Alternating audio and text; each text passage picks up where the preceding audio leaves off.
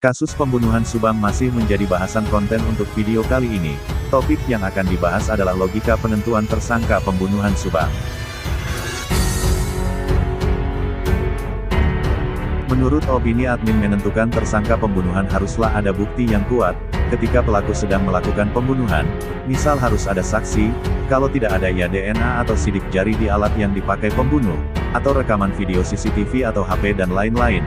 Namanya pembunuhan harus ada sesuatu yang bisa menjelaskan kenapa korban bisa meninggal. Logikanya kalau kita makan, harus ada bukti makanan di perut kita, bukan hanya bilang makan tapi perut kosong. Saksi-saksi pembunuhan Subang membuat bingung untuk ditentukan sebagai tersangka, sebab sidik jari dan DNA yang ditemukan di TKP tidak menunjukkan atau mengarah sedang melakukan pembunuhan, yang mungkin bisa dipakai dasar mungkin hasil otopsi kedua yang dikabarkan ada DNA di kuku Amel. Admin yakin jika itu ada pasti orang tersebut pelakunya, yang dicakar oleh Amelia. Menentukan tersangka dari saksi akan menemui kebuntuan.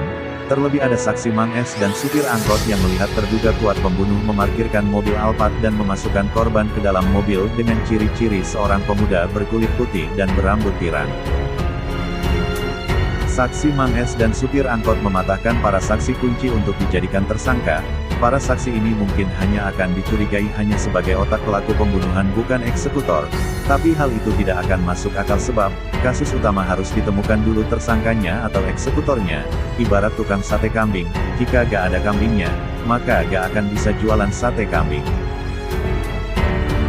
Kesempatan satu-satunya untuk mengungkap kasus pembunuhan Subang, adalah dengan merangkai kejadian di pagi tanggal 18 Agustus tahun 2021, diawali jam 6.30 seperti yang dikatakan saksi Mang S, sehingga akan tergambar siapa sebenarnya yang memarkirkan mobil Alphard ini, dengan mempelajari detik demi detik gerakan apa saja yang dilakukan pembunuh sampai jam 7.15, dengan begitu langkah pelaku ini tidak semakin jauh.